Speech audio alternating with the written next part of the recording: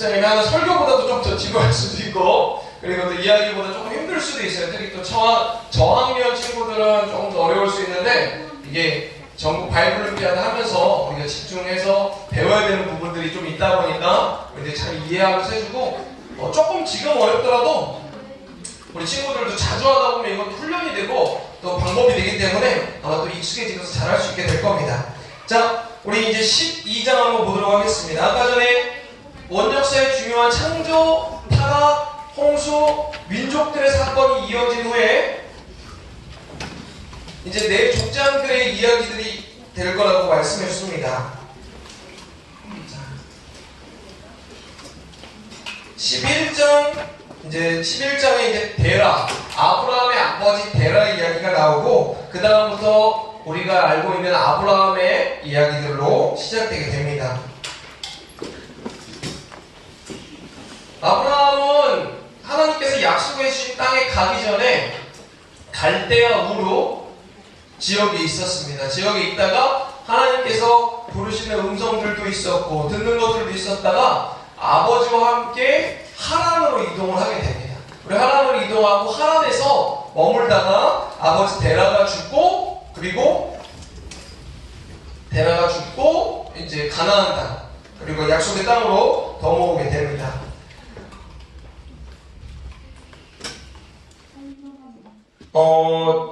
아브라함 12장 1절 2절 한번 읽어보도록 하겠습니다. 아브라함 12장 1절 2절. 아브라함 글쎄 창세기 12장 1절 2절. 창세기 12장 1절 2절 한번 읽어보겠습니다. 준비 시작. 여호와께서 아브라함에게 이르시되 너는 너의 고향과 친척과 아버지의 집을 떠나 내가 내게 보여줄 땅으로 가라. 내가 너로 큰 민족을 이루고 내게 복을 주어 내 이름을 창대하게 하리니 너는 복이 될지라. 12장에 나오는 아브라함의 이름은 아브람으로 되어 있습니다. 그리고 사레로 되어 있습니다. 사레. 근데 이게 나중에 하나님의 약속과 함께 맞물리면서 하나님께서 아브람의 이름을 아브라함으로 바꿔주시고 사레의 이름을 사라로 바꿔주시는 장면들도 나오게 됩니다. 하란에서 가나안 헤브론까지가 600km 정도 됩니다. 600km. 그리고 600km면은 거의 우리나라 밑에서부터 올라가는 거죠. 쭉까지. 그리고 갈대아 우루에서 하란까지 직선거리로 가면 직선거리입니다. 직선거리로 그냥 자를 그었을 때 1000km 정도 돼요. 그러니까 이제 직선거리라는 거는 이렇게 가는 거기 때문에 길은 직선으로 안 나와 있잖아요. 그러니까 우리가 여기서 저쪽 퀴즈센터까지 간다고 하더라도 직선거리는 가까울 수 있지만 위로 나가서 문을 위로 돼 있어 뒤쪽으로 가고 다시 갔다가 내려가고 이런 과정들이 있는데 옛날에는 더 했죠. 그러니까 내가 생각하는 직선거리를 길이라고 했으니까 지금 숫자상으로는 1600km를 이동한 건데 실제로의 이동은 훨씬 더 길었겠죠. 때로는 2배가 될 수도 있을 만큼. 왜냐하면 돌아가게 될 수도 있고 길이 난 데로 가게 되면 훨씬 더 돌아갈 수 있었습니다. 이런 아브라함의 선택이 하나님과의 말씀, 언약을 잘 믿고 한 선택이었다는 겁니다. 12장에 처음 목사님 읽었을 때 말씀했고 13장, 15장, 17장, 22장에서 계속 하나님께서 언약으로 말씀하시는 장면들이 나옵니다. 아브라함의 일생에서 보면 굉장히 많은 사건들이 있었습니다. 기근 때에 가나안 땅에 있는데 기근이 생겨서 애굽으로 곡식을 내려서 구하러 갔다가 아내를 뺏긴 일도 있었어요. 그러니까 목사님이 다 의미와 이런 걸 설명하시는 건 좀 없어서 그래서 하나님께서 다시 돌려주시는 일도 있었어요. 소돔과 고모라를 두고 다른 땅을 두고 친척인 롯과 선택을 해서 롯이 소돔과 고모라로 가는 일이 있었어요. 그리고 하나님께서 소돔과 고모라를 멸하게 하겠다, 멸망시키겠다고 할 때 아브라함이 의인이 있다면 살려주시겠습니까? 하고 기도하는 장면도 있었어요. 전쟁을 하기도 했어요. 그리고 하나님께서 약속해 주신 아들 이삭이 있었는데 그거와 별개로 실수라고 아브라함 실수가 되고 또 또 아브라함이 약속을 기다리지 못했던 것들로 이스마엘이 출생하기도 합니다. 이스마엘의 출생의 과정 속에서 그 이스마엘의 엄마 하갈, 사라의 여종과 사라가 갈등이 있는 장면들이 성경에 또 나오게 되죠. 그 과정 속에서도 하나님께서 이스마엘을 지켜주시고 부엘라 헤로이라는 감찰하시는 하나님, 감찰하시는 그 샘, 우물 이런 것들이 또 장면들로 나오게 합니다. 이삭이 출생하기도 했고 우리가 잘 알고 있는 이삭을 번제로 제물을 바치는 그 장면들도 있어요. 하나님께서 네가 나보다 나를 더 사랑하는지 정말 너에게 귀한 아들 이삭을 더 사랑하는지 한번 보겠다 라고 한 하나님의 시험 속에서 아브라함이 하나님의 말씀에 순종하는 장면도 나오게 돼요. 그리고 이삭의 배우자를 구하는 장면도 나오게 됩니다. 우리가 아브라함의 이야기 말씀들을 잘 알고 있을 거예요. 근데 아브라함은 결국 아브라함이 여러 가지 실수와 잘못된 것들을 했지만 목사님 할 때 아브라함이 실수가 없는 사람이 아니었어요. 근데 분명한 건 아브라함이 하나님을 신뢰했다는 거예요. 여러분이 사람이고 목사님 사람이죠. 여러분이 실수를 한 번도 안 하는 사람이 내가 될 거다? 불가능해요. 여러분 분명히 실수라고 목사님은 실수를 합니다. 잘못을 해요. 근데 아브라함의 보면은 사건들이 여러 가지가 있지만 아브라함이 왜 저럴까? 때로는 나보다 못한 거 할 때도 있고 우리 친구들보다 못한 것들도 있을 수도 있어요. 야, 어떻게 저런 실수를 해? 그런데 창세기를 계속 읽어보고 아브라함의 이야기들을 계속 읽어보세요. 근데 아브라함이 실수는 하지만 아브라함이 하나님을 의심했네? 아브라함이 하나님을 신뢰하지 않네? 라는 장면이 있나 한번 보세요. 그런 장면을 없다는. 그러니까 우리가 때로는 우리의 모습 속에서 실수가 있을 수 있고 잘못이 있을 수 있지만 아브라함처럼 하나님을 신뢰하고 간다면 하나님께서 그 모습을 보시고 우리를 지켜주시고 붙잡아 주신다는 것들을 살펴볼 수가 있습니다. 이렇게 아브라함은 그 가나안 땅으로 가서 어떻게 보면 믿음의 1세대가 되어서 그 땅을 개척하고 많은 우여곡절 끝에 정착을 하게 됩니다. 그리고 아들을 낳지 못할 것 같았던 나이였던 100세의 아들 이삭을 낳게 돼요. 약속의 아들 이삭을 낳고 하나님께서는 실제로 아브라함, 이삭, 그 야곱을 통한 하나님의 계획들을 천천히 펼쳐가고 계신 겁니다. 이삭은 아브라함의 아들로 그 땅에서 거하면서 있었어요. 그랄 땅에서 있을 때는 이삭이 막 돌아다니면서 그 그랄 땅에서 그 사람들과 갈등이 있는 장면들이 있어요. 무슨 장면이냐면 이삭이 우물을 파면 우물이 나와요. 물이 나와요. 근데 아까 목사님 얘기했듯이 포도주 아까 얘기했지만 그만큼 물이 귀했어요. 지하수가 지금은 많이 나오고 우리가 물을 틀면 집집마다 물이 나오지만 물이란 거는 인류의 역사 속에서 그 어떤 것보다 생존에서 가장 중요한 자원이었어요. 내가 우물을 파는데 물이 나오고 우물을 소유하고 있다? 그럼 나는 굉장히 부자이고 그리고 나는 굉장히 그 인근에서 중요한 사람인 거예요. 다른 사람이 나에게 도움을 얻어야 되는 거예요. 그 지역에 있는 사람이 이삭에게 와서 이 우물을 뺏으려고 했어요. 야, 너 이쪽 땅 원래 우리가 있었던 것 같은데 네가 우물만 판 거지 이거 그냥 다 우리 거야. 내놓지? 싸울 수도 있지만 이삭이 그걸 놓고 옆으로 가서 지역으로 가서 땅을 파는데 또 우물이 나는 거야. 그러니까 옆에 이제 다른 주변 사람들이 똑같이 또 우물을 뺏으려고 했어요. 이삭이 또 주고 또 이동했어요. 이렇게 6번을 이동하고 나니까 사람들이 뭘 느꼈냐? 하나님이 이삭과 함께 있다는 걸 느낀 거예요. 이 사람들도 생각이 있잖아요.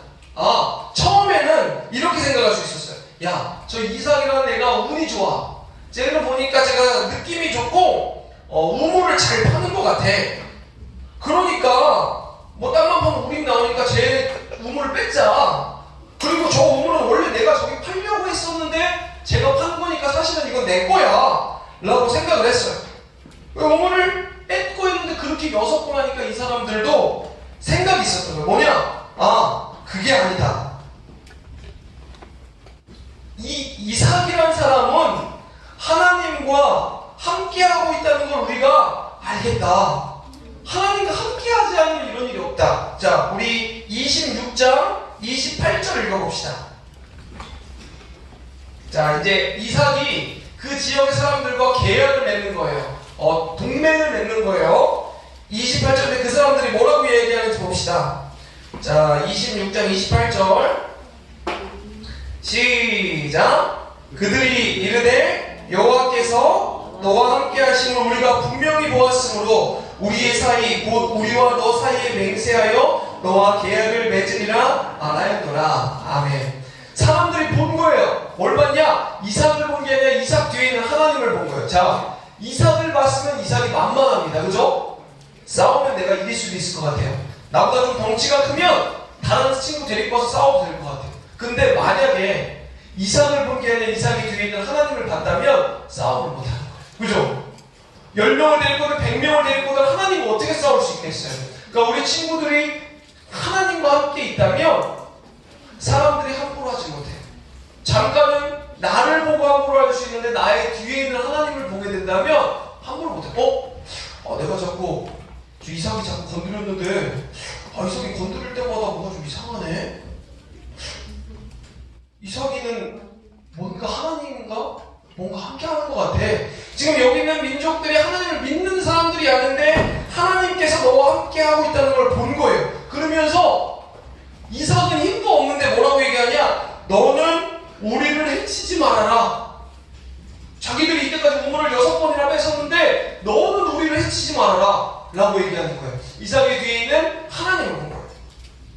그러니까 우리가 하나님의 복을 누린다는 거는 다른 사람들이 우리를 통해 하나님을 느끼게 할 수 있는 이삭의 모습이 그런 모습들이 있습니다. 자, 이삭에게는 두 아들이 있었습니다.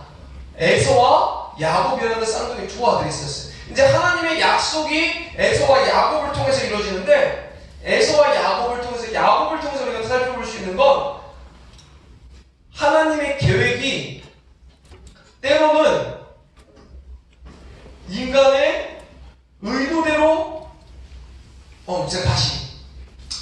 인간의 의도대로 할지라도 하나님의 계획이 진행되는 걸 보게 돼요. 뭐냐면 하나님께서 나를 통해서 이루어지실 일이 있어요. 그런데 내가 하나님을 믿고 하나님과 동행해서 조금 편하게 갈 수도 있고, 하나님께 편하게 간다는 게 그냥 우리 생각대로 그냥 아무것도 안 하고 간다는 게 아니고, 하나님의 생각대로 평탄하게 갈 수도 있고, 하나님의 계획이 있는데 인간의 내 생각대로 머리를 많이 굴려서 어렵게 갈 수도 있는데, 야곱은 그런 모습들이 보여져요.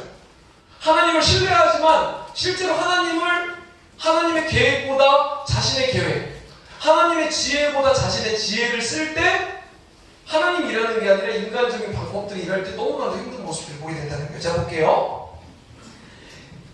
두 아들이 있었는데 쌍둥이입니다. 그런데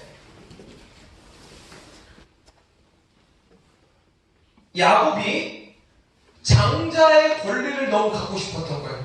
그 당시 장자의 권리라는 거는 너무나도 귀한 거였습니다.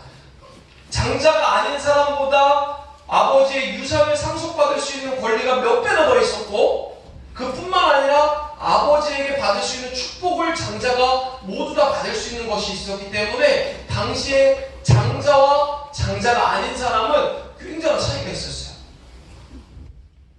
야곱은 이 장자의 권리가 너무 갖고 싶었어요. 근데 야곱이 단순히 장자의 권리를 갖고 싶어서 가진 게 아니라 하나님은 이미 야곱이 태어날 때부터 하나님께 야곱의 운명 속에서 그런 부분들이 있었어요. 그런데 야곱은 장자의 권리를 사모하는 것 이상으로 인간적인 계획이 많이 있는 사람이었어요. 형이 배고파서 왔었을 때 그가 가지고 있는 배고픔을 이용해서 먹을 거를 주고 장자의 권리를 팔라 그랬어요. 그리고 사는 것처럼 해놓고 나중에 아버지를 속이고 장자의 권리를 받게 돼요. 축복을 받게 돼요.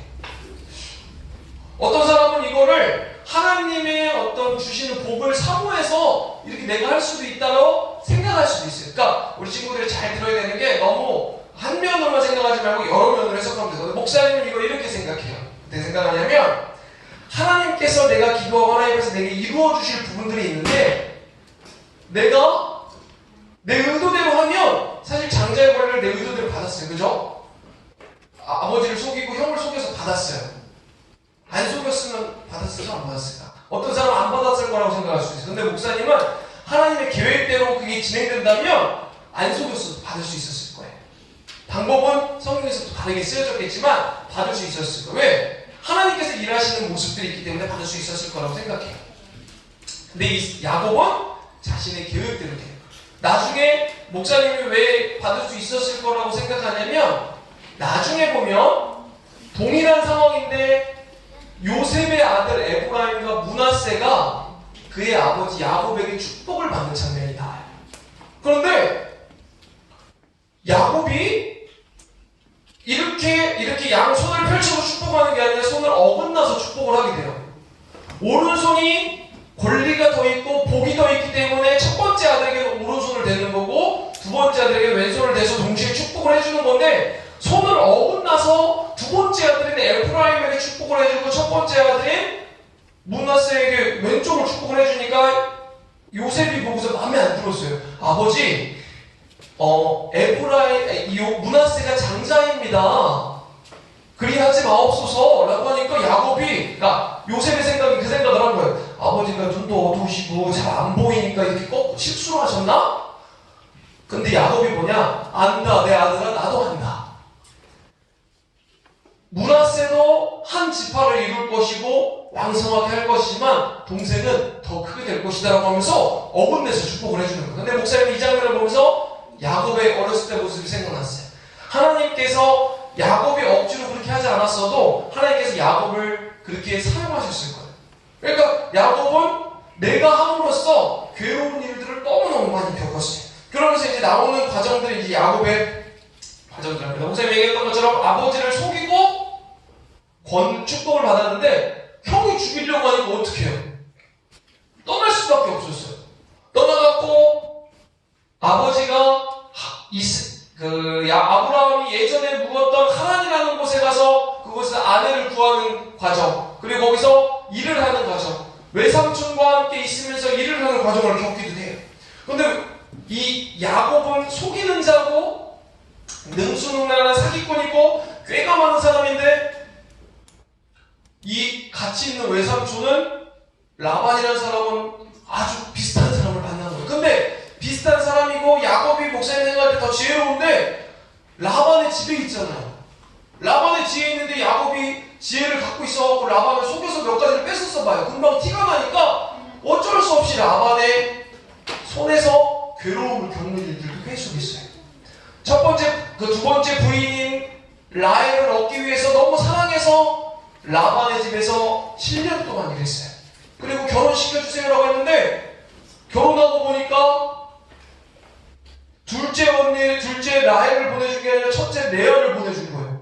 아니 이게 어떻게 된 거예요? 내가 첫째랑 결혼한다는 게 아니라 둘째랑 결혼한다고 했는데 했더니 삼촌 라반이 우리 지역에서는 첫째 가고 둘째 갑니다.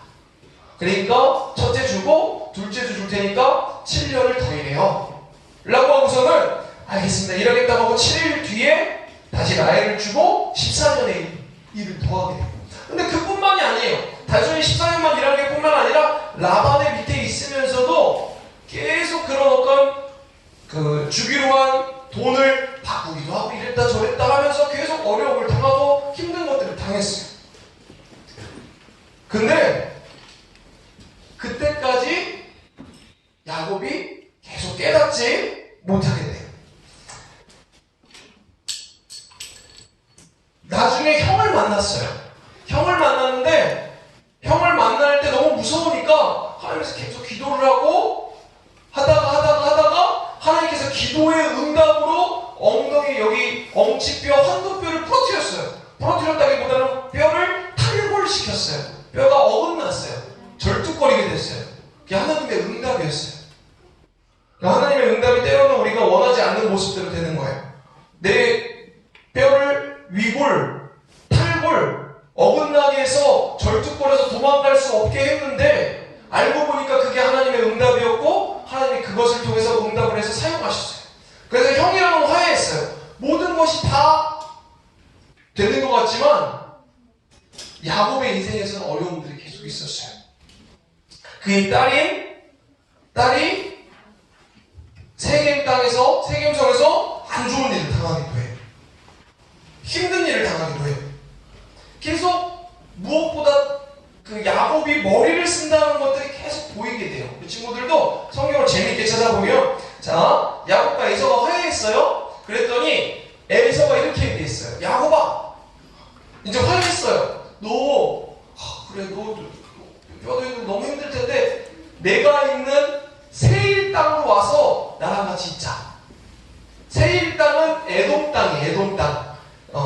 에서가 에돔 족속의 조상이니까 에돔 땅에 있는데, 그랬더니 야곱이 뭐라고 했냐면, 형님 알겠습니다. 제가 근데 몸이 불편하고 식구들이 많으니까 천천히 가자고요. 나중에 제가 따로 인사를 드리겠습니다 라고 하는데 거기까지 안 가요. 세일 땅에 가서 인사를 하거나 그렇게 하지 않아요. 그런 모습이 나오잖아요. 중간에 가다가 그 세겜 옆에 땅에서 머물기도 해요. 그런 모습들을 보면 이 야곱이라는 사람이 끊임없이 생각을 하고 계획을 하고 하나님의 뜻보다 자신의 머리를 끝까지 굴리는 장면들이 나와요. 근데 나중에 이거를 고백하는 장면이 또 나옵니다. 자, 야곱이 겪었던 가장 힘든 일 중에 하나는 사랑했던 라헬이라는 아내를 통해서 얻은 사랑했던 요셉이라는 아들이 없어지고 죽었다고 생각한 사건이었어요. 우리 친구들이 이미 성경을 통해서 잘 알고 있는 아들들이 있는데, 이 요셉이라는 아들은 좀 똑똑하기도 하고 특이한 아들이었어요. 또 아버지의 사랑을 많이 받는 아들이었어요. 그래서 아버지의 심부름을 갔는데 형들이 그러는 거예요. 쟤 맨날 혼자 예쁜 옷 입고 아버지가 쟤만 잘해주는데 와서 하는 말도 미운 말을 하는 거예요. 형님, 제가요 꿈꾸는데 한번 들어볼래요? 형님들 곡식단들도 막 있고 제 곡식단도 있는데 갑자기 봐봐요. 형님들 곡식단이 제 곡식단에 저라는 거예요. 그 형들이 이야기를 들을 때 무슨 생각하겠어요? 야, 쟤는 진짜 눈치도 없고 왜 그러냐? 우리들이 다, 우리 형제들이 다 너한테 절한다는 거야? 근데 또 그 다음날 좀 이따 또 얘기하는 거예요. 형님들 또 꿈을 꿨어요. 이번에는 해와 달과 그리고 11별이 있는데, 별들이 있는데, 형님들 별이 있는데 다 저한테 절하는 거예요. 야, 너 저번에는 우리 형제들이 너한테 전한다고 하더니 엄마 아빠까지 전한다고 하면 너 진짜 이상한 애야. 넌 혼나야 돼. 이렇게 형들이 생각하고 싫어하는 거야. 그래서 실제로 요셉이 왔었을 때 요셉을 가리켜서 꿈꾸는 자가 온다라고 이야기하면서 요셉을 구렁에 빠뜨리고 애굽에 팔아서 넘기면서 요셉의 어려운 순환들이 이어지게 됩니다. 자, 그런데 요셉으로 가는 과정들 속에서 조금은 특별한 이야기가 갑자기 성경에 생뚱맞게 하나 나옵니다. 보시죠. 자, 지금 이제 요셉 이야기 목사님이 잘하고 있었잖아요. 야곱의 이야기하고 요셉 이야기 하는데, 자, 유다 38장은 민망하기도 하고 뭔가 부끄러우기도 하는데 생뚱맞게 이런 얘기가 나오는 거예요. 창세기 이게 들어가 있는 거예요. 이게 목사님이 또 설명을 해주겠습니다. 유다라는 사람이 있었어요. 유다라는 사람은 아까 말했듯이 그 야곱의 자녀인 거예요. 유다도 결혼을 해서 자녀들이 있었어요. 근데 그 당시에는 결혼을 해서, 예를 들면은 목사님이 삼형제예요. 그런데 목사님이 결혼을 했어요. 근데 목사님이 죽으면 목사님의 부인을 목사님의 둘째 형제가 같이 데리고 함께 보호해 주는 거예요. 근데 이게 왜 이런 풍습이 있었냐면, 목사님이 죽으면 그 당시에는 남자밖에 일을 못하니까 여자가 살 수 있는 방법이 없잖아요. 일도 없고. 그러니까 이 목사님이랑 결혼한 부인을 둘째 형제가 함께 같이 살면서 보호해 주라고 한 거예요. 그게 우리나라에도 옛날에 있었는데 중동이나 이런 데는 그런 문화들이, 풍습들이 있었어요. 유다의 첫째 아들이 결혼을 했어요. 다말이라는 사람과 결혼했는데, 하나님이 보시기에 이 첫째 아들이 악했고 보시기 편하지 않아서 죽었어요. 자, 그러면 목사님이 얘기했어요. 첫째 아들이 죽었으면은 이 부인이 누구에게 가야 돼요? 첫째 아들이 죽었으면 둘째 아들한테 가야 돼요. 자, 그래서 둘째 아들에게 갔어요. 그런데 보호해주면서 함께 사는 것들 중에 가장 중요한 이유들 중에 또 하나는 아들을 낳을 수 있도록 도와줘서 대를 잇고 그 사람이 잘 살 수 있도록, 이제 아들이 나와서 일을 하면은 엄마도 잘 살 수 있잖아요. 그렇게 만들어줄 수 있도록 해야 되는데 이 둘째 아들이 그렇게 해주고 싶지 않았던 거예요. 그래서 어떻게든 자녀를 못 낳게 하려고 애를 썼어요. 근데 하나님이 보니까, 야, 하나님이 원래 의도했던 그 방법을 안 하고 있는 그 둘째 아들의 모습을 보니까 너무 악한 거예요. 그래서 하나님이 그 둘째 아들도 죽이셨어요. 자, 근데 셋째 아들이 있었어요. 근데 아빠 입장에서 보니까 무서운 거예요. 아니, 저희 며느리 다말이랑 결혼했는데 첫째 아들도 죽고 둘째 아들도 죽었는데 셋째 아들도 그렇게 했다가 죽으면 어떡하지? 그래서 며느리한테 그랬어요. 야, 너 셋째 아들이 조금 어리니까 조금만 더 크면 그때는 이제 너랑 같이 살면서 네가 자녀를 낳게 해줄게 라고 해놓고 실제로는 약속을 들어주지 않고 있었던 거예요. 하나님 보시기에 선한 행동이 아니었어요. 며느리는 계속 다말이라는 사람을 계속 기다리고 있다가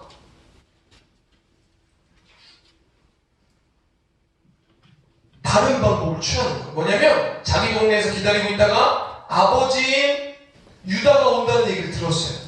그리고 나서 몰래 분장을 하고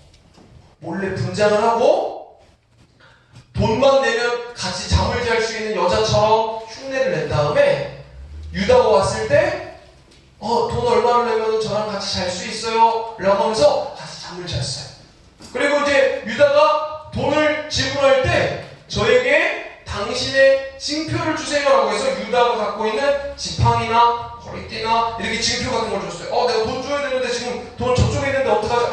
괜찮아요. 당신이 갖고 있는 이 옷 주세요. 이 옷 주면은 제가 돈 주면 그 옷이랑 바꿔줄게요.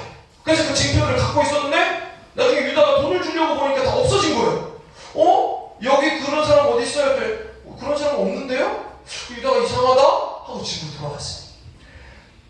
어느 순간 이제 집에 있었는데요, 며느리인 다말이 임신했다는 이야기를 들은 거예요.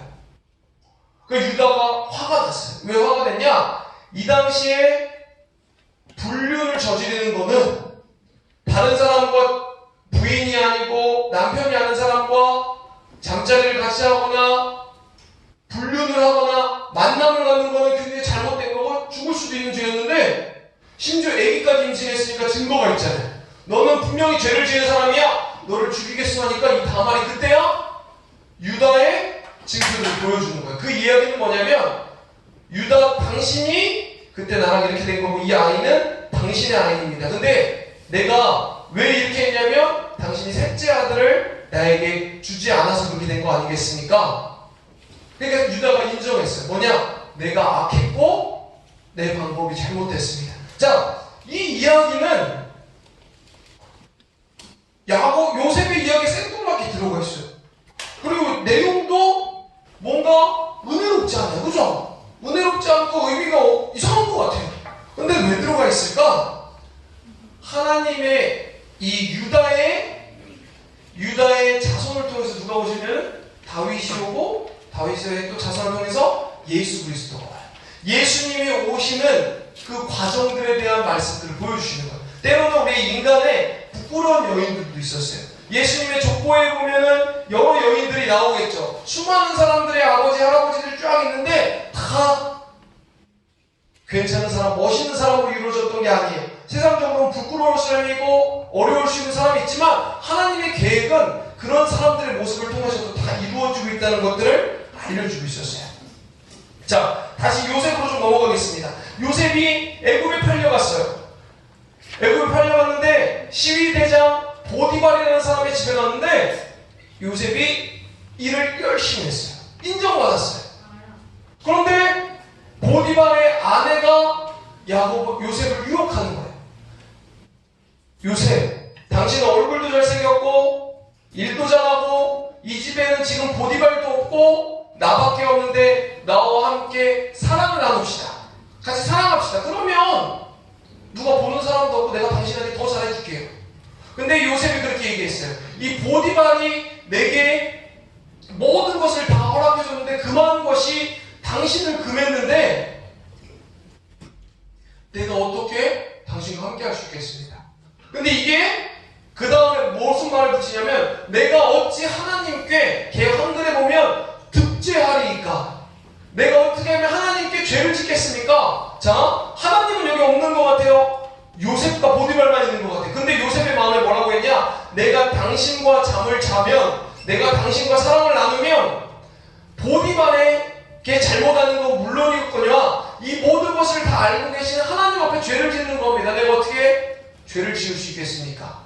그 이야기는 여기가 이 말씀 이야기하는 건 뭐냐면 요셉이 모든 순간들 속에서 누구를 봤다? 하나님을 봤다는 거예요. 요셉이 잠깐 하나님을 본 게 아니에요. 애굽의 그 지하 감옥 속에서 있었을 때 잠깐 하나님을 본 게 아니라 요셉이 연단의 과정, 힘든 과정, 고난의 과정, 감옥에 있는 과정 모든 순간들 속에서 하나님을 보고 하나님을 의식했다는 거예요. 여기 계신 우리 차세 친구들이 내 과정이 힘들건 편하건 좋건 나쁘건 누구랑 있건 없건 다른 사람이 보건 안 보건 하나님을 의식하는 인생이 되면 성공하는 인생이 됩니다. 우리 친구들이 하나님을 의식했으면 좋겠어요. 요셉이 하나님을 의식하면서 살아갑니다. 자, 보디발의 집에서 있었는데 하나님을 의식하면서 살아가는데 감옥에 갔어요. 이게 무슨 일이야? 감옥에 가서도 열심히 했어요. 감옥에서 열심히 하면서 감옥에서 많은 일들을 하면서 애굽 왕의 두 신하의 관원장의 꿈을 해석해 줍니다. 자, 꿈을 잘 해석해 줬어요. 어떤 사람의 꿈은 좋았고 어떤 사람의 꿈은 안 좋았어요. 당신은 3일 뒤에 왕 앞에 다시 복직해서 왕의 일을 다시 하게 될 것입니다. 당신은 미안하지만 3일 뒤에 죽게 될 거예요. 복직하는 신하에게 이렇게 얘기했어요. 신하, 관원장이시여, 당신이 만약에 복직하게 된다면 나를 기억해 주세요. 왕에게 나의 이야기를 해주세요. 그러면 왕이 나를 기억하고 내가 왕 앞에서 내 억울함도 이야기하고 도움을 줄 수 있을 것 같아요. 근데 신하가 알겠다고 했는데 기억을 못했어요. 몇 년이 걸릴까요? 2년. 그러니까 이런 문제가 나오는 데는 어려울 수 있어요. OX 문제로. 자, 애굽 바로 그 신하가 바로 요셉을 만약에 이제 바로 그 안내해줬다. 이런 문제는 쉽죠. X. 근데 이제 술 맡은 관원장이 요셉을 기억하지 못한 시간은 3년이에요. 만 3년이었다. 헷갈리잖아. 그죠? 이런 헷갈리죠. 그러니까 성경 바이블을 비하면 이런 문제가 나올 수도 있어요. 그래서 이런 문제는 내가 이제 정확하게 그 성경을 이해하게 되면 알 수 있지만 2년. 바로 왕의 꿈을 해석해주는 사람이 없으니까 관원장이 들었을 때 이 꿈은 요셉이 해석할 수 있는데 그래서 요셉을 부른 거예요. 실제로 요셉이 꿈을 해석했고 어떻게 하면 잘할 수 있는지 방법도 알려줬어요. 근데 애굽 왕이 잘 듣다 보니까 이렇게 잘 이야기하는데 아니 이 요셉보다 똑똑한 사람이 없는 것 같고 요셉보다 잘할 수 있는 것 같은 사람이 없는 것 같은데 이 일을 누구한테 맡기면 좋을까? 요셉이 제일 잘하고 그 옆에 있는 사람이 한참 못하는데 얘한테 맡길까? 요셉한테 맡길까? 애굽 왕이 곰곰이 생각해보니까 요셉한테 맡기는 게 제일 잘할 것 같은 거예요. 그래서 요셉한테 일을 맡겼어요. 총리를 맡긴 거예요. 그때 요셉이 총리를 되게 됩니다. 그래서 애굽의 모든 일들을 처리하고 진행할 수 있게 돼요. 자, 이제 요셉은 조금 잘 됐어요. 요셉은 어려운 시간들이 조금 지나갔어요. 그 다음에 야곱과 그 형제들이 함께 살고 있던 지역에서 배가 고프고 식량이 없고 기근이 있으니까 애굽으로 식량을 구하러 오게 돼요. 요셉과 마주쳤어요. 요셉은 형들을 알아봤지만 형들은 요셉을 못 알아봤어요. 왜냐? 형들은 요셉이 잘 될 거라는 생각을 조금도 하지 않았기 때문이에요. 그렇게 될 수 있을 거라는 생각이 전혀 없었기 때문이에요. 그래서 만나서 곡식을 구하는데 처음에는 곡식을 조금 줘서 돌려보냈어요. 다음에 올 때는 요셉의 엄마 라헬이 낳은 두 번째 아들 베냐민과 같이 오너라. 이런 얘기도 했어요. 나중에 와서 여러 곡절 것들 막 요셉이 장난을 친 거예요. 어떻게 보면 요셉이 그들이 갖고 가는 곡식들 속에서 귀중한 제사를 지내는 것 같은 술잔 같은 걸 넣어놓고 술잔이 없어졌어요. 근데 요셉이 곡식에 넣어놨으니까 이게 왜 니네가 훔쳐갔어? 그래서 데리고 와서 베냐민을 안 데리고 오면 니네 안 풀어줄 거야. 형제들 다 데리고 와. 그 형제가 아버지를 갔더니 야곱은 이게 웬일이에요? 그러니까 야곱이 목사님 아까 얘기했죠. 인간적으로 행했던 일들 속에서 야곱의 괴로움이 끝나질 않아요. 다 없어진 것 같은데 다 이번엔 형제들 다 데리고 오래요. 심지어 요셉이 죽었다고 생각해서 너무나도 괴로웠는데 베냐민까지 데리고 오래요. 너무너무 싫어 그 생각이. 근데 어쩔 수 없어요. 그럼 나머지 형제들도 죽고 먹을 것도 없으니까 베냐민이 가요. 자, 모든 형제들이 다 온 후에 요셉이 그것에 대해서 밝히고 본인이 요셉입니다 라고 이제 이야기하는 장면들이 나오게 됩니다. 요셉은 형들과 마음이 전혀 달랐어요. 형들은 이렇게 생각했어요. 우리가 요셉을 애굽에 보냈으니까 분명히 요셉은 우리를 미워할 거야. 근데 그게 아니에요. 요셉은 모든 일들 속에서 하나님의 뜻을 봤어요. 이제 요셉의 생각에서는 사람보다 누구를 의식할 수 있는 사람? 하나님을 의식할 수 있는 사람. 그러니까 내게 주어진 일들 속에서 사람의 행한 일을 보는 게 아니라 하나님의 뜻을 보는 거예요. 그러니까 형들 앞에서도 이야기할 수 있었어요. 목사님이 아까 전에 이야기했던 야곱의 이야기가 계속 이어집니다. 자, 이제 형들이 다 같이 애굽에 들어왔어요. 바로 왕을 만났어요. 요셉이 총리니까 아버지가 형제들이 왔다고 하니까 바로 왕이 야곱을 만난 거예요. 어르신 오셨군요. 당신의 나이가 어떻게 됩니까? 라고 했는데, 자, 목사님이 만약에 우리 여기 하은이한테 하은이 나이가 어떻게 됩니까? 그럼 뭐라고 할 거예요? 14살이요. 이 정답이죠? 자기 나이니까. 야곱 어떻게 됐어요? 당신의 나이가 어떻게 됩니까? 근데 야곱이 뭐라고 그랬냐? 제 나이가 130세인데 우리 조상의 연수, 우리 조상의 나이에는 미치지 못하는데 제가 험악한 인생을 살았습니다. 험악한 나그네 인생을 살았습니다. 라고 고백해요. 이게 야곱의 고백인 거예요. 뭐냐?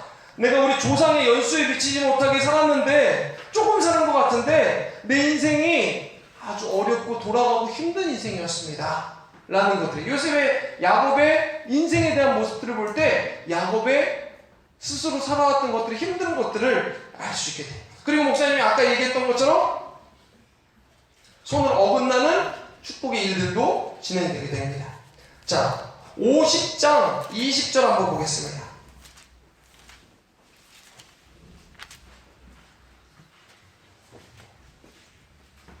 목사님이 아까 얘기했던 야곱의 모습이 바뀌는 모습들, 요셉이 전혀 바뀐 관점과 생각들에 대한 이야기들이 좀 나오는 거예요. 자, 함께 읽어보겠습니다. 준비, 시작.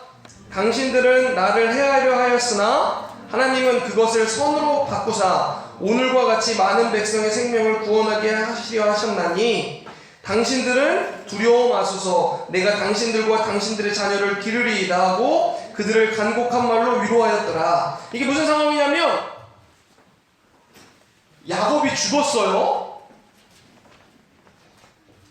야곱이 죽어서 그 요셉의 형제들은 두려웠어요. 뭐가 죽었냐? 마음속에 이런 생각이 있었어요. 야, 그래 우리가 좀 야곱을 팔았는데 야곱이 분명히 우리를 지금 원망하고 있고 우리를 분명히 죽이려고 할 거야. 근데 지금까지는 우리 아버지가 같이 있었으니까 요셉이 분명히 우리를 죽이려고 할 건데 야곱이라는 아버지가 같이 있었으니까 우리를 못 죽였을 텐데 아버지가 돌아가셨으니까 우리를 어떻게 할까? 분명히 우리를 죽일 거야. 그러면 어떻게 해야 되지? 우리가 먼저 가서 방법을 만들어보자 그래서 요셉 앞에 갔어요. 요셉아. 근데 이렇게 한 게 아니라 엎드려서 요셉 아버지가 돌아가실 때 우리를 해치지 말라고 하셨어.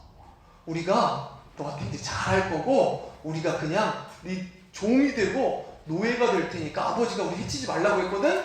그러니까 우리를 안 해칠 수 있을까? 우리를 살려줄 수 있을까? 근데 문제는 뭐냐? 아버지는 그런 말 한 적이 없어요. 아버지는 그래 이제 내가 죽으면은 요셉이 니네를 다 죽일 거니까 절대 요셉한테 해치지 말라고 해. 알았지? 이렇게 한 얘기가 아닌데 형제들이 안 되겠다. 아직 요셉이 오기 전에 아버지가 우리한테 그런 얘기 했다고 하고 가서 그렇게 얘기하자.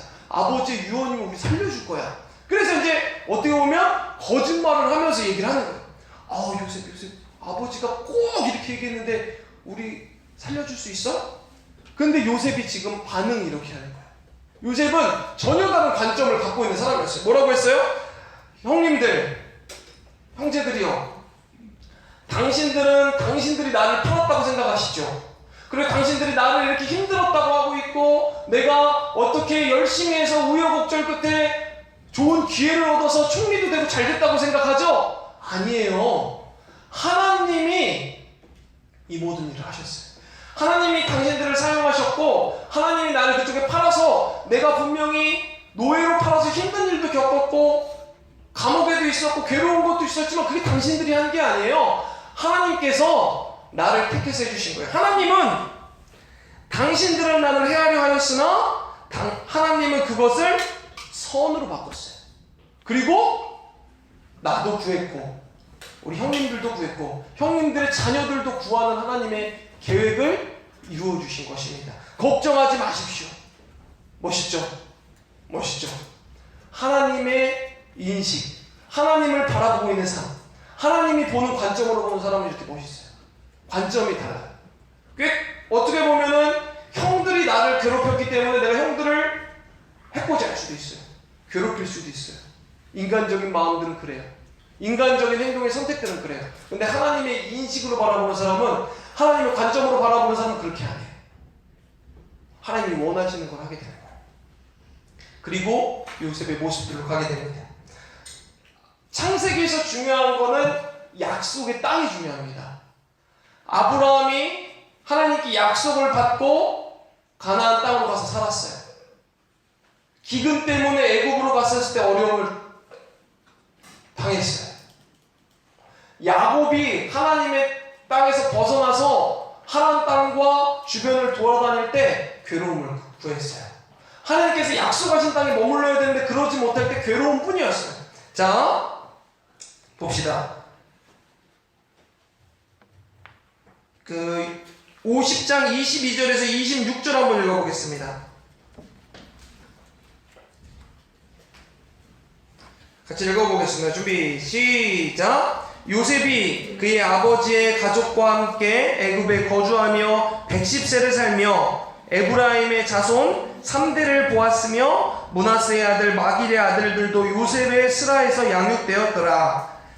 요셉이 그의 형제들에게 이르되 나는 죽을 것이나 하나님이 당신들을 돌보시고 당신들을 이 땅에서 인도하여 내사. 자, 목사님이 아까 얘기했던 거 중요한 겁니다. 보겠습니다. 시작. 아브라함과 이삭과 야곱에게 맹세하신 땅에 이르게 하시리라 하고 요셉이 또 이스라엘 자손에게 맹세하여 이르기를 하나님이 반드시 당신들을 돌보시리니 당신들은 여기서 내 해골을 메고 올라가겠다 하라 하였더라.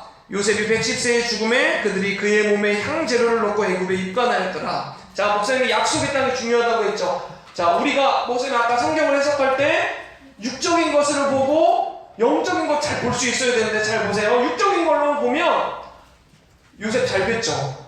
총리 좋죠. 돈 많죠. 애굽 땅에서 잘 살죠. 그럼 이 땅에 살면 그만이에요. 그죠? 근데 그게 아니에요. 약속의 땅이 중요하니까 이렇게 얘기하는 거예요. 하나님께서 아브라함과 이삭과 야곱에게 맹세하신 땅에 당신들을 다시 이르게 할 겁니다. 자, 자손들을 이르게 할 것뿐만 아니라 내가 당신들이 나중에 나갈 때 요셉의 해골을 갖고 가십시오. 자, 창세기 다음에 뭐예요? 출애굽기죠. 출애굽 왜 하는 것 같아요? 힘들어서? 자, 목사님이 얘기했던 거 잘 생각해 보세요. 눈에 보이는 상황으로만 해석하면 출애굽을 해야 되는 상황. 애굽 사람들이 너무 괴롭혀서, 잘 못 살아서, 힘들어서. 이게 눈에 보이는 상황이죠? 아니에요. 약속의 땅에 가야 되기 때문에 출애굽하는 거예요. 힘든 상황, 어려운 상황, 괴로운 상황들은 그냥 동기예요. 동기. 이유예요. 이유. 시작일 뿐이에요. 그것 때문에 가는 게 아니에요. 근데 우리가 그 관점을 놓치면 출애굽 왜 해야 되지? 2장 출애굽기. 이스라엘 자손이 학대받아서 출애굽해야 되는구나. 아니에요. 하나님께서 창세기에서 말씀해 주신 약속의 땅으로 가야 되기 때문에 출애굽기로 넘어가는 겁니다. 우리 친구들이 쉽지 않죠. 그렇게 다 해석하고 체크하는 거 쉽지 않지만 천천히 찾아가면 되는 거예요. 성경은 보면 볼수록 새롭고 또 찾아지고 또 알게 되는 거기 때문에 우리 친구들이 그런 것들을 찾을 때 부모님과 이야기하고 공유하고 나누면 더 좋은 것들을 알 수 있습니다. 바이블 올림피아드 포인트 좀 얘기하겠습니다. 자, 바이블 올림피아드, 전국 바이블 올림피아드는 스스로 경쟁하는 게 아니라 다른 사람과 경쟁하는 거기 때문에 사실은 조금 어려운 부분이 있어요. 예를 들면 내가 90점을 맞았는데 다른 사람은 다 88점을 맞았어요. 그럼 누가 1등이에요? 90점 맞은 사람이 1등이에요. 근데 내가 92점을 맞았어요. 근데 다른 사람이 96점을 맞았어요. 그 사람이 1등이에요.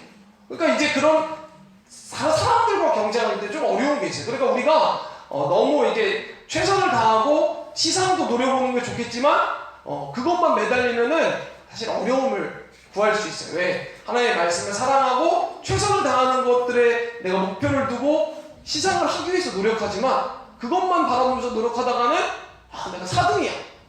아깝게 두 문제 틀려 3등이야. 문제가 좀 잘못된 것 같아. 그럼 불평이 나고 불만이 나고. 그러니까 우리가 관점은 물론 최선을 다해서 상도 노려보지만 하나님의 말씀을 공부하는 것에 일단 초점을 맞출 때도 중요합니다. 자, 조금 열심히 하는 과정, 제가 채점의 과정과 문제 출제 과정, 그리고 모든 진행 과정 속에서 봤었을 때 분명히 기본적으로 그냥 열심히 한다고 하면 암송 쓰기, 단답식은 모두 맞게 됩니다. 이거는 거의 대부분 맞게 돼요. 그러니까 암송 쓰기에서 막 너무 많이 틀려버렸다. 암송 쓰기 문제가 10문제 나오는데 5, 6문제를 틀릴 정도로 준비했다. 그럼 사실은 시상이 되기 좀 어렵습니다. 근데 조금 열심히 했던 학생들을 보면 암송 쓰기는 대부분 다 맞아요. 왜? 분명하잖아요. 외우는 거니까 분명하고 무엇이 나온다는 게 분명하니까 다 보게 됩니다. 그런데 문제는 OX 퀴즈에서 결말이 좀 나게 됩니다. OX 퀴즈가 쉬운 것 같지만 굉장히 어렵습니다. 그래서 OX 퀴즈. 자, 예를 들면 창세기의 경우 창조의 순서를 만약에 섞었을 경우 내가 맞출 수 있다 없다 체크해 봐야 됩니다. 우리가 성경을 그냥 보다 보면 다 아는 것 같아요. 동물과 사람은 6번째 날에 났으니까 다 아는 것 같아요. 근데 셋째 날과 넷째 날을 내가 섞었을 때 구별할 수 있다 없다. 이게 중요해요. 그냥 쭉쭉쭉쭉 읽으면 다 아는 것 같은데 섞어놓으면 헷갈릴 수도 있다는 거. 그러니까 그런 부분들은 분명하게 봐야 된다는 겁니다. 자, 그리고 때로는 너무 지역적인 거, 너무 중요하지 않은 거를 조금 지나갔을 때, 예를 들면은 성경에 나이가 많이 나오잖아요. 나이를 뭐 1살 속여서 낸다든지 이런 거는 사실은 제가 출제자가 아니기 때문에 장담할 수 없지만 작년 문제의 기조를 보고 교수님들이 내시는데 그거 나이 1~2살 속여갖고 내가지고 골탕 먹이는 문제는 나오진 않아요. 그러니까 읽어보고 알아야죠. 하지만 이거 어떻게 왜 이렇게 너무 많네. 도두셀라 869살, 얘 822살 이렇지 않아야 된다는 거예요. 알겠죠? 그러니까 중요한 거를 먼저 꼭 할 수 있어야 되는데 중요한 것과 중요하지 않은 것을 구별할 수 있어야 된다는 겁니다. 자, 그리고 대신 어떤 특별한 것의 숫자들은 기억할 수 있어야 됩니다. 족보들을 다 기억할 수는 없지만 아브라함에서 이어지는 데라부터 아브라함, 그리고 데라의 자녀들, 이런 거는 우리가 좀 이해할 수 있어야겠죠. 자, 그리고 중요한 숫자들, 그리고 중요한 사건들, 예를 들면 자, 소돔과 고보라를 위해서 중보할 때 아브라함이 의인의 숫자를 줄여나가잖아요. 그것들은 좀 기억할 수 있어야 되죠. 50, 뭐 이렇게 45, 40, 30, 20, 10 이렇게 줄여나갈 때 10가지 줄였나 5까지 줄였나 내가 이거를 기억 못하면 이거는 틀릴 수도 있어요. 그러니까 이런 부분에 대한 숫자들은 기억할 수 있어야 돼요. 10명까지 줄였나? 5명까지 줄였나? 3명까지 줄였나?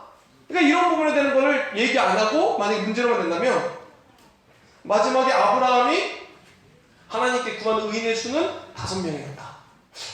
5명 한 것 같기도 하고 이걸 틀릴 수 있죠.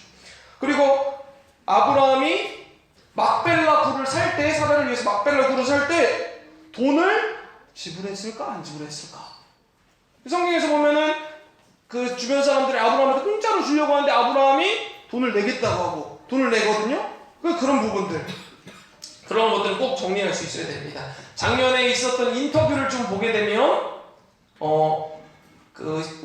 우수하게 공부한 친구들은 이제 장별로 꼭 정리를 하고 본인들이 서로 간에 문제를 내보면서 했던 것들이 있어요. 그러니까 문제를 내게 되면은 결국은 출제자의 의도를 좀 생각하게 됩니다. 어리지만 이런 문제들, 그리고 내가 생각하지 못했던 문제들을 다른 친구가 내는 걸 보면 이렇게 나오면 이런 것들도 문제가 되는구나 라는 것들을 좀 깨닫게 됩니다. 그래서 우리 친구들 여기 혼자 있는 친구들도 있는데 혼자 하는 거가 조금 어려우니까 부모님이랑도 같이 해서 이렇게 내가 문제도 내보고 부모님이 좀 도와주고 해서 문제를 서로 체크하는 것들도 좀 필요합니다. 지금 우리 중앙교회 홈페이지를 통해서 전국 바이블 밴드 신청할 수 있거든요. 본격적으로 이제 3월부터 신청하려고 하고 있는데 이미 이제 인터넷에 올라와 있어서 언제든지 신청을 할 수 있습니다. 거기 들어가 보시면 외워야 되는 암송구절 39절에 대한 말씀도 적혀 있어요, 이미. 그러니까 사전에 준비하실 분들은 이미 또 할 수 있는 영역들이 있으니까 또 준비하시면 좋겠습니다.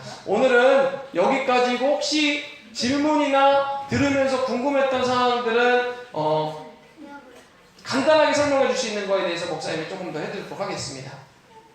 혹시 질문 간단하게 들었었는데 이해가 잘 안 됐던 건데 그냥 지나갔던 내용. 네. 질문 있나요 혹시? 내일은 출애굽기가 진행되고요.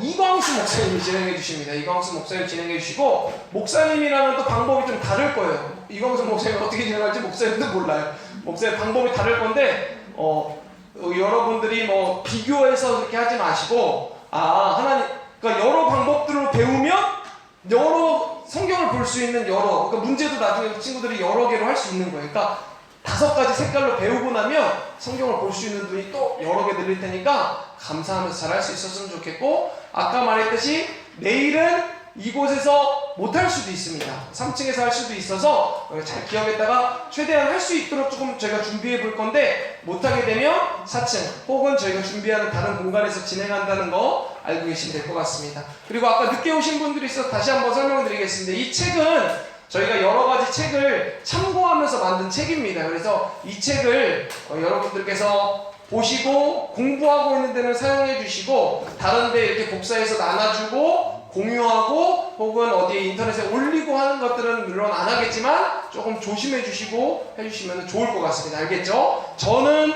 성경을 그냥 50장을 전체를 놓고 이야기를 하는 식으로 했는데 내일 하시는 분들은 이 책을 더 중심으로 하실 수도 있어요. 그래서 저랑 같이 하셨던 분들은 제 말씀과 함께 여기 내용들을 한 번 더 보게 되면 창세기 모세오경에 대한 창세기에 대한 이야기들은 조금 더 잘 이해될 것 같습니다. 제가 기도하고 마치도록 하겠습니다.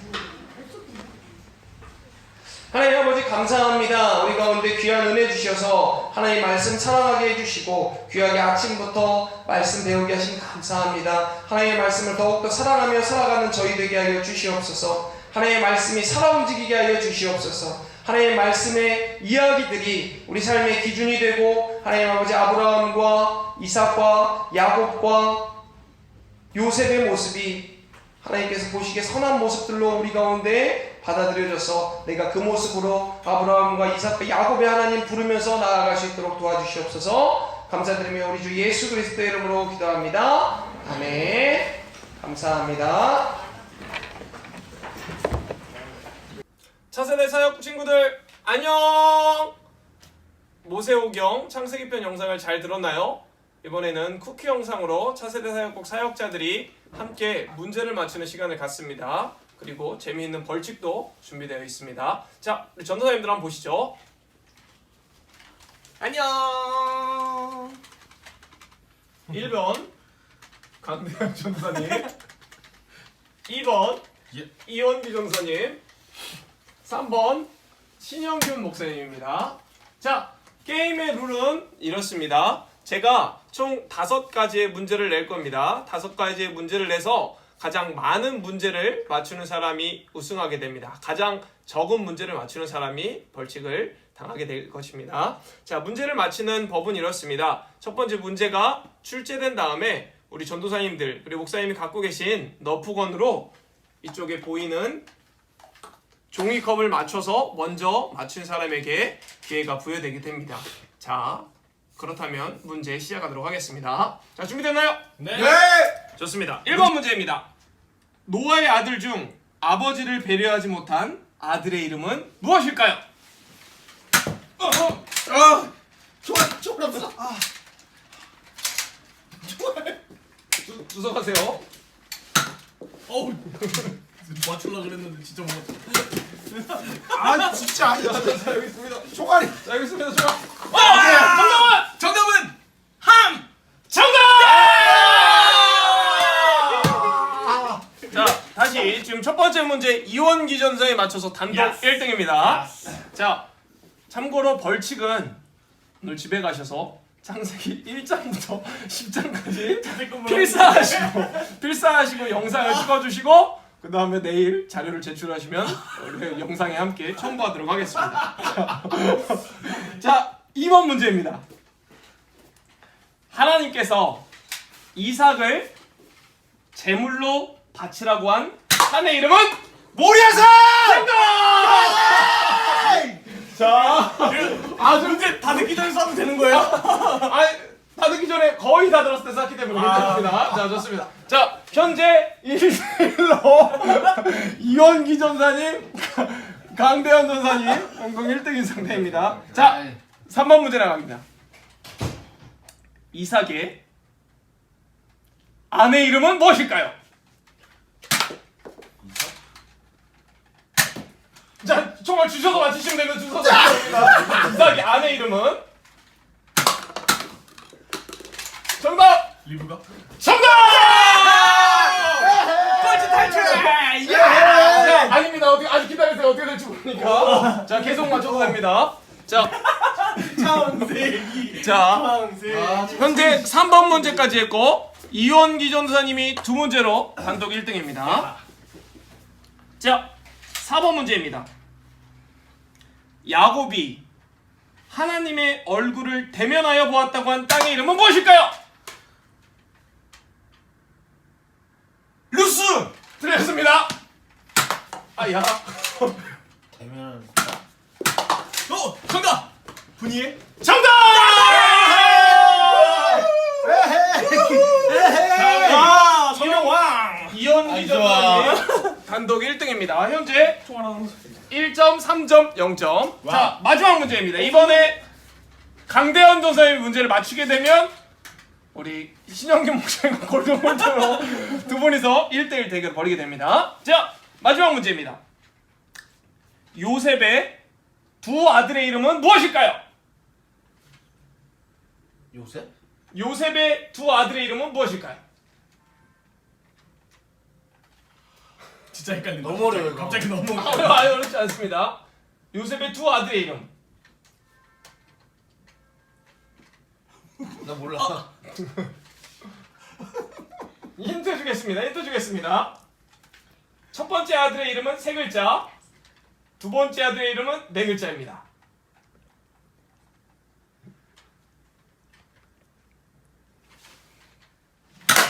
정답! 무니아살.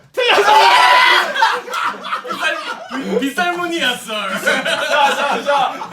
어려워. 힌트 주세요. 야, 이거 너무 창피해. 이거 너무 쉬운데. 너무 쉬운데. 내가 얘기하고 싶은데. 너무 창피해. 자, 힌트! 두 번째 아들의 이름은 에브라임입니다. 첫 번째 아들의 이름은 무엇일까요? 너 밀었어. 뭔데? 잠깐만. 정답! 물라스! 정답!